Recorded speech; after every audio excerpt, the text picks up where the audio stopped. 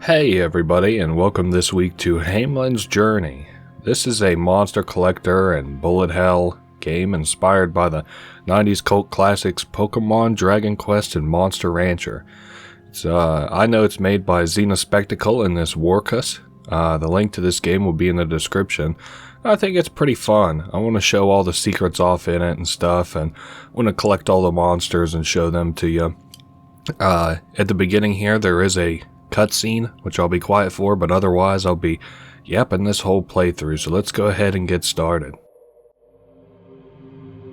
On the day of their coming of age, the residents of Hamelin are tasked with proving their value by journeying to the realm of the ancients. To succeed, they must work together with the spirits who dwell there and venture into the deepest, darkest paths. Their mission is to obtain a piece of flesh from a timeless creature that lurks in the lowest strata of the underground. Eri is the spirit that welcomes you. Alright, so just like she said it, we've got a little monster here named Eri, and this up here is the upper level, the surface of our little gaming journey. It's where we begin. This here is a machine that simply lets us save our game, use a teleporter function, analyze the spirits we have, and leave the game itself. So here's a little secret right off the bat. At this hut in the back, which I'll take us there now, and this is kind of like a cheat, but it'll help you for the rest of the game too. And we're about to engage in combat. You walk into this little looks like a water container, iron thing. There's no collision on it, and then you enter this rainbow looking area. And in the back here you have two enemies, and this is how combat in this game works. You guys both shoot bullets at one another. Now your monster's bullets rather, always hit no matter what, but the enemy's bullets you actually have to dodge. So that's kind of unique and cool, isn't it? We just captured the first monster, which is all question marks. Now these monsters with rainbow names, which you can see up in the top right, they will always be captured whenever you defeat them. Now some monsters that don't have, the monsters that don't have the rainbow, you only have a percentage chance of catching, which we can increase but with special abilities from our other monsters. I guess they're called spirits, aren't they? So we are getting Harvest Cat and the question marks. Now, I know that Harvest Cat's from another Xena Spectacle game. I think that the question mark character is from another Xena Spectacle game. And you'll know you'll look down there and you'll see, compared to Eri, Harvest Cat and the question mark monster each have abilities. All three of these actually have the same abilities. Their abilities are that we now have a higher chance of catching monsters whenever we defeat them. And as we level up, they get new abilities. Like Eri just got the ability Luck as well. Like I said, those three specifically all have the same abilities. They unlock them in the same order, they just unlock them at different levels. So as we continue down, you can see some old, ruined looking buildings, not ruined. And we just hit level 2. Level 2, aim is a really good ability too. Aim increases the chance of a critical hit. I guess it's pretty alright. I'm not really an expert on builds in this game or anything. I just kind of go with the flow, go with whatever feels best. As we continue down, so we've discovered two new monsters. Here's the Kanknome. Kind of reminds me of Kanchome from the Zatch Bell anime a little bit, which I don't know if the naming scheme is based on something else, maybe in Japanese culture or Chinese culture, Asiatic culture. But we've now captured our first monster organically. Now here in the ruins we have buildings like this one we can just walk in simply. this here is a building that you're not really supposed to be able to walk through. But if you have a haste ability, you can walk through this crack in the wall. I'm not going to bother getting in it now without haste, and I'm not going to backtrack just to show a glitch. But you're able to get in there if you have...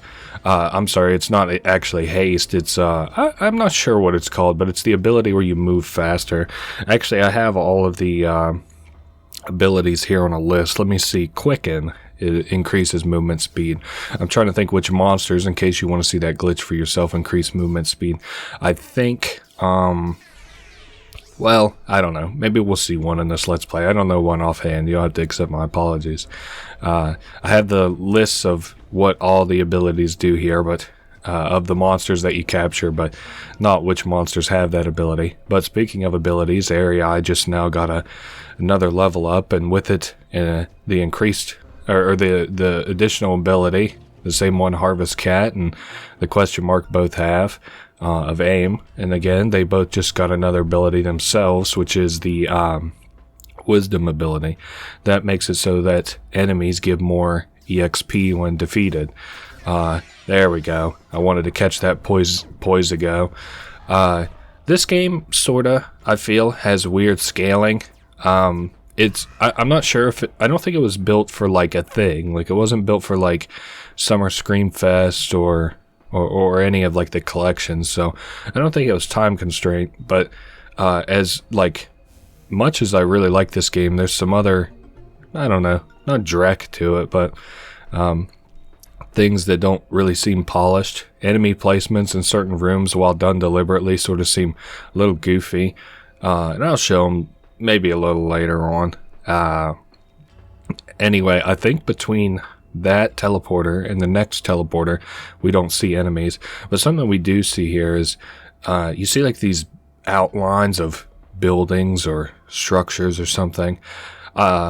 This is now actually my second time recording this Let's Play. I had some issues with my microphone in the first recording, but something I wanted to point out is this game is very interesting storytelling wise, because we continue to descend further and the architecture is weird, and we're about to go into a new area. It's going to pop up here, the profane tombs.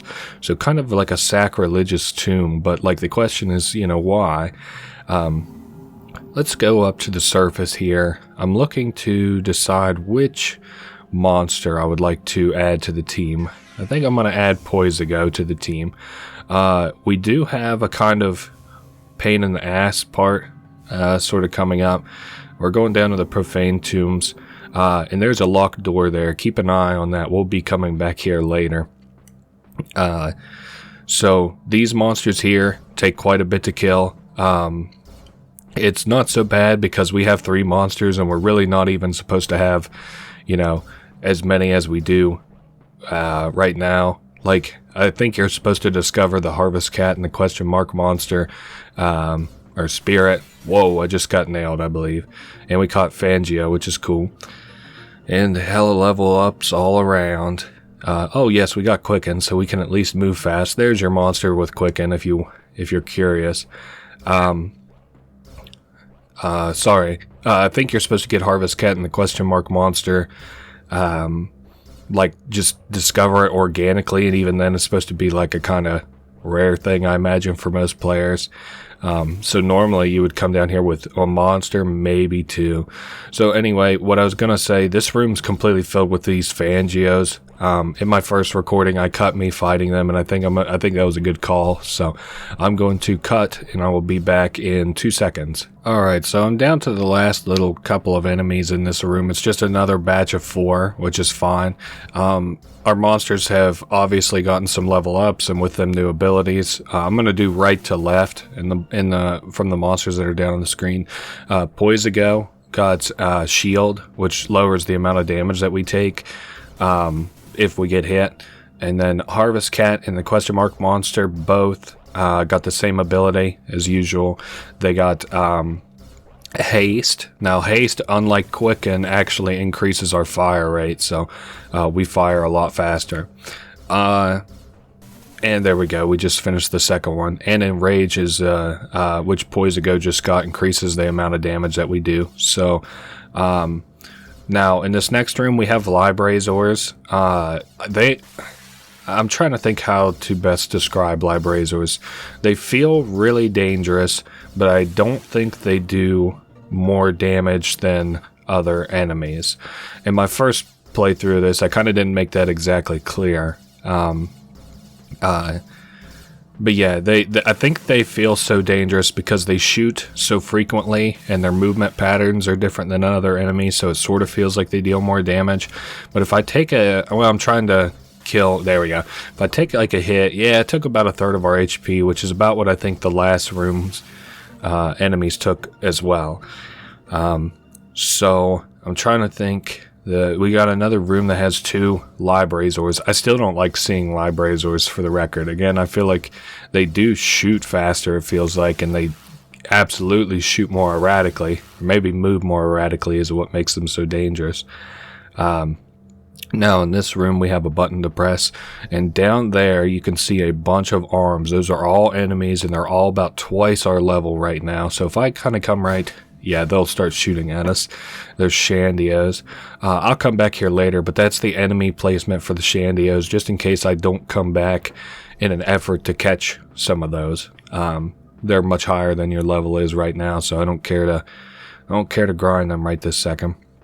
So we can come down. I'll show you 2 secrets back there later on, but don't worry for now. Now we're down in the Dried River. This is a very nice place. I like it. It's probably my favorite place in the whole game. They've got these oil jacks, and I was thinking down here the first time that I ever played, I was like, I wonder, okay, so they're pumping oil, right? And then it hit me. I was like, well, I guess they don't have to be pumping oil. Another thing I really like about this area is I have to kind of adjust the volume a little bit to make my voice palatable relative to the game audio. So it may not be loud enough, but the Hamelin's Journey soundtrack is available on YouTube, and you can listen to this. It's the Dried River segment. I really like it because it's a dried river, right? There's no water around, but there's still water in the soundtrack, which I think is really nice. This is, like I said, this is my favorite area and probably the whole game. It's really chill. I love the music. I think I would probably actually add the music to this area to my music playlist. If it was a single, I don't want to add the whole OST because I don't feel the same way necessarily about the whole OST, but you'll notice we deal more and more damage as we level up to, or our monsters do anyway. Something important I wanted to point out, the monsters, as they level up, we don't get more HP. Our HP is a flat value for the entirety of the game, unless you get a creature that has, let's see, is it Stone Skin? Yeah, it's Stone Skin. I just had to look at my list of abilities real quick. Stone Skin increases the number of health points we have. There's no reason to build defensively if you can dodge very well. And these monsters are not very dangerous. The only thing is, so I say don't build defensively, but if you have the option of a monster that is offensive and defensive, like one of the last monsters I'm going to add to the team, then it's worth it in my opinion. Maximum level in this game for your creatures is level 30.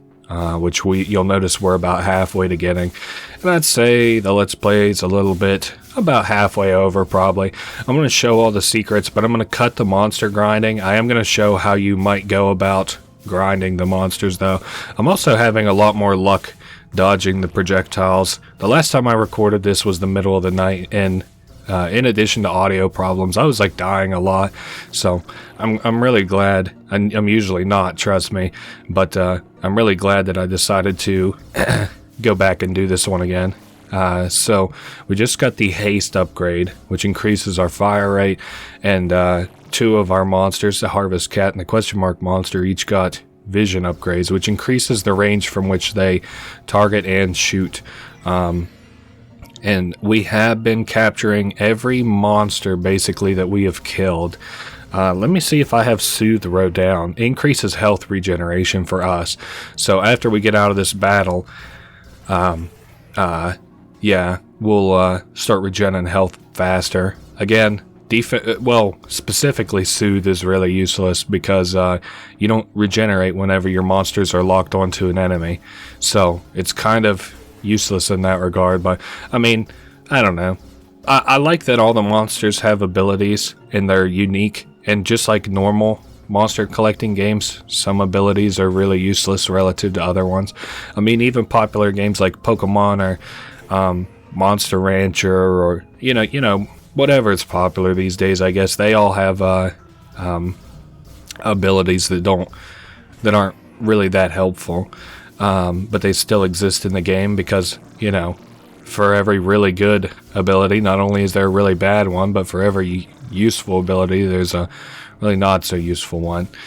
We should be encroaching quickly on the end of this area. I, for some reason... Oh, okay, there's a death. I'll be back in a sec. Alright, I'm back where I was, I believe. I was saying, I'm pretty sure this is the very last area with enemies down here in the dried river. I must have been neglecting my health, too, because I got hit what felt like one time and I died. You can see our second trip through there has put my monsters all at, like, level 23 and stuff. Poisigo has unlocked a new ability. There's another oil jack. Unlocked another ability. The slow ability, which slows the enemy projectiles, which made my second trip through there a lot easier. But I was thinking, like, you know, oil jacks, right? I was like, I guess they don't necessarily have to farm oil, do they? I guess they could farm other stuff. But then I was, like, thinking, and I haven't looked this up, is like, are the reason that oil jacks pump the specific things that they do from the ground because of the way that they work, like the counterweights and you know, the exact mechanical makeup? Say, for example, pretend for a minute that we had to pump water from the ground, like the same way that we had to pump the, oil. Is the reason that oil jacks look the way they do is because, and operate the way they do specifically, because they look that way. And I had said earlier that, or maybe I didn't, I don't remember now, it's kind of blurring together, that like this is a game that is really perfect for lore. Not perfect, but I enjoy it a lot because it's a game where all of the answers aren't on the surface, and whenever you dig past the surface, there really aren't any answers to it.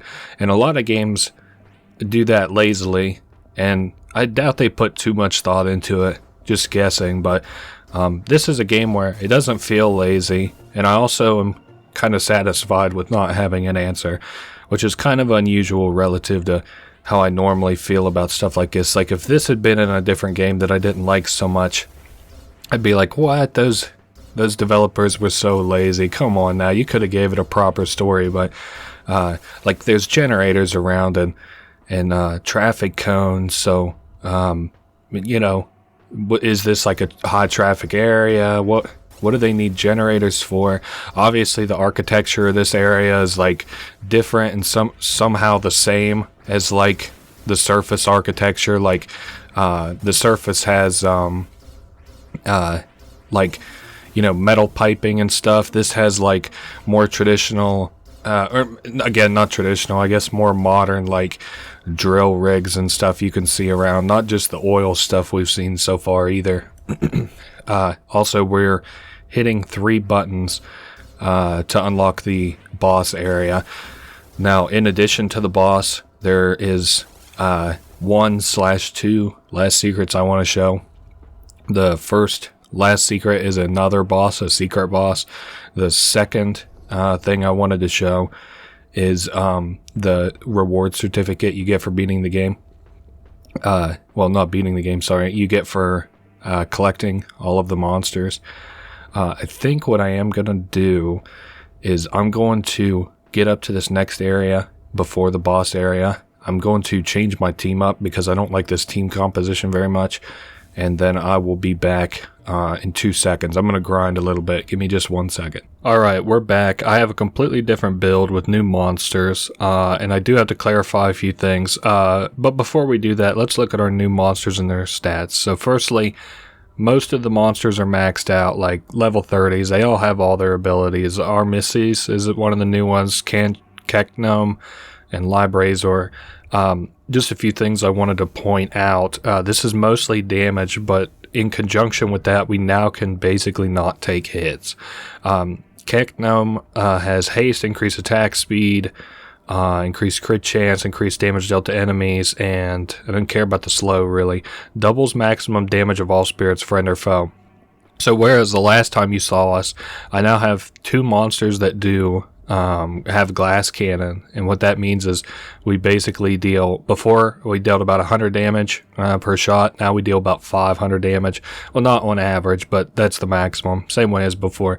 I also wanted to point out real quick that we've got some drilling equipment here before we dive any further down. I also misspoke. It's not, Xena didn't make the Paradise Island I'm sorry, I'm stuttering. For the Harvest Moon game that I was talking about, it was actually the other creator. Oh shit, we can't get hit really. Sorry, I'm trying to get us in here to see the boss, but I'm getting all flustered. Sorry. We have to walk a certain distance away and then.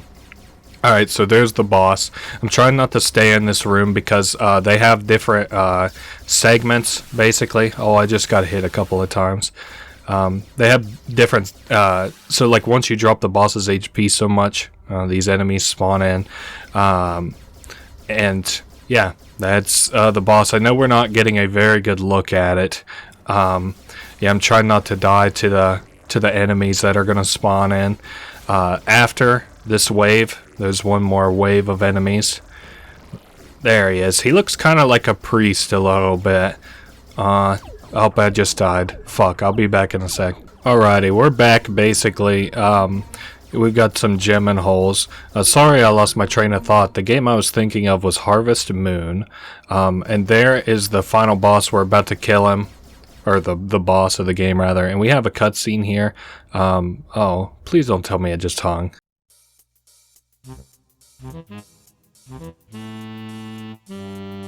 Oh god, it snapped right back in. Sorry about that. Sorry, I was saying we have a final cutscene here. There is no speaking in it though, so I don't see a reason to, censor myself. To be quiet during it. So we're supposed to cut a piece of this flesh off and return to our people as a coming of age.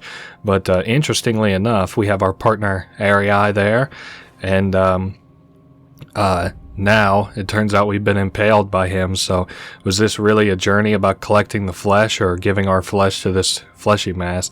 Also notably, this flesh is not the same flesh, it doesn't seem, as either the flesh that's around this area or the boss we just beat. So that's really peculiar. Yeah, so that's the base game of Hamelin's Journey. If you're not interested in all the extra stuff, you could click off now. I'm going to be doing all the little extra things. Thank you for coming. So now we can just continue. Our game's saved, and you may have also noticed that we unlocked a shiny version of the Arii. I've also already got some shiny versions of some of the creatures already. There's the shiny version of the Arii. So speaking of shinies, let's talk about shinies for a second. Here's a monster, Gem and Hole, right? Normal creature, normal stats, nothing special really. And then here's the shiny version of Gem and Hole that has the rainbow colored name I was talking about.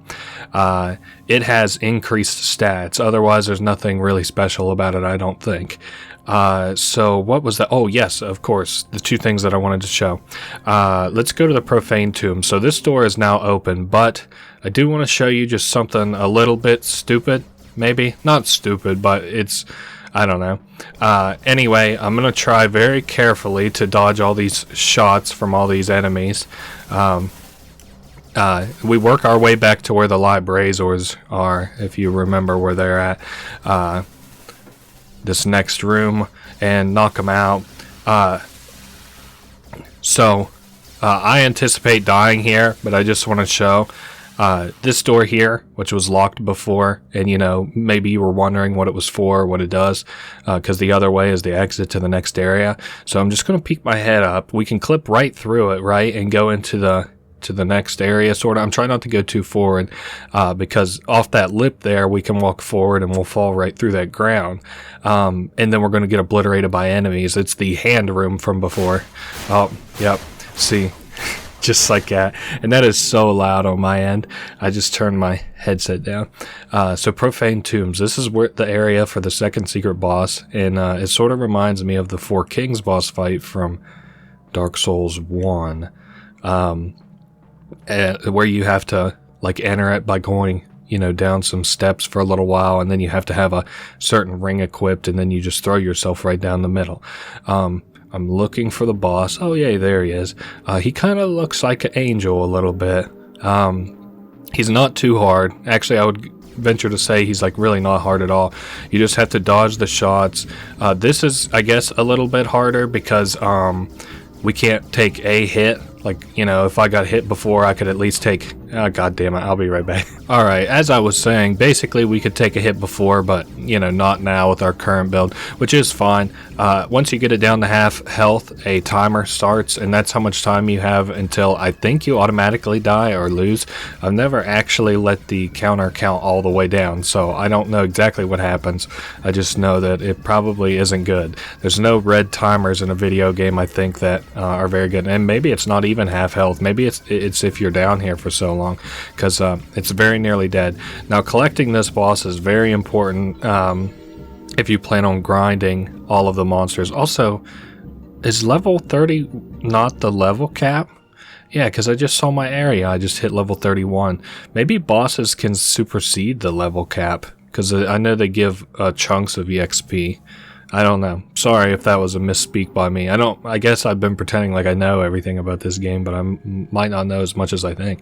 So I was saying you need this guy if you want to collect all the monsters, and I'll show you why. I'm going to replace the Librazor. Yeah, so I can still deal out a bunch of damage. And what I'm going to do is respawn the monster. Oh, actually, let me show you what a shiny monster would look like. Let's go to the Profane Tombs. I don't think I've gotten a shiny one of these. I call them dogs. These yellow things, Fangios. Once he hits level 2, he learns True Luck. I'm going to respawn the enemies down here now that I have True Luck. This is different than regular luck, and I'll show you why. Let's analyze the spirit. Aquarial. So it has Enrage, increased damage, but this True Luck increases chance to find rare spirits greatly. And what that means, let's go ahead and respawn the enemies here. We have a much higher chance of getting the shiny monsters. I'm keeping an eye on the next room, looking at these Fangios. And Fangios are the blue versions of these, yellow monsters. Oh, I thought I just died. Sorry. Basically different colored versions of monsters that you've already fought before. Now, what I do for increased grinding speed, which I may show, I'm looking in the next room to see if there's any of the monster type that I'm looking for. Basically, if I walk in and I see that there's not any of the enemy I'm looking for, I'll die on purpose, like right there. Well, not any of the enemy type, but if there's no rares of the ones that I'm looking for, oops, didn't necessarily mean to die there, but that's still okay. I'm gonna dodge these first two. I use these monsters as an example because it spawns like a fair bit of them. Yeah, I think I see him over here. Yeah, this blue version. So once we kill him, they're automatically captured. Shiny versions of monsters. And again, I pretty much just speed my way to the place where I'm going. If the monster isn't there, I let it kill me. Sometimes it's quicker to just quit out, or if you're more comfortable with just saving and quitting. I'm going to be grinding all of the monsters like this real quick, or all the spirits, I guess, until I have shiny versions of them all, and then I will be right back. Alright, so I'm back at the Dried River. I wanted to show, because this is the last monster that I have to grind for a shiny, I just wanted to kind of show how I shiny grind, if they're a little ways away. So this is the last enemy I'm looking for, are these enemies that look like they're in urns or whatever. I just pretty much just skirt straight there. I have a bunch of movement upgrades now. Really the only thing that slows me down is the notifications that I leveled up, more so than anything. So then I get up here to the thickest batch of them, because we passed 6 of them. I'm not sure the exact numbers, but it seems to me to be about 1 in 20 or 1 in 30 with this upgrade.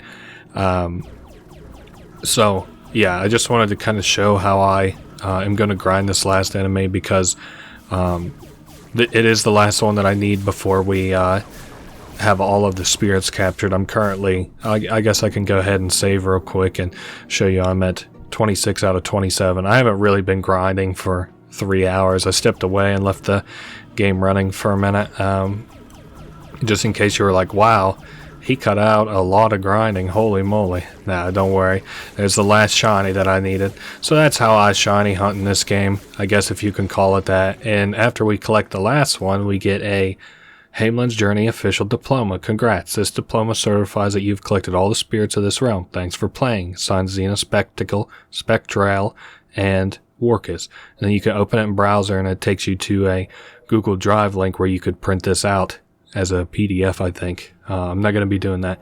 And it returns you to the main game, and you could just keep on playing. I guess I'll just go ahead and save just to show that. I think it automatically saved, but also anytime that like you go to open the diploma, it takes you back to the main menu too, which I suppose isn't important. But yeah, that has been Hamelin's Journey. I hope that if you were struggling with this game, maybe this helped you, and maybe if you thought it looked cool, you can give it a shot. Like I said, it's down in the description below. I'm sort of interested in this other game Xena's got coming out that they're working on currently. I've got footage of it up on the screen right now.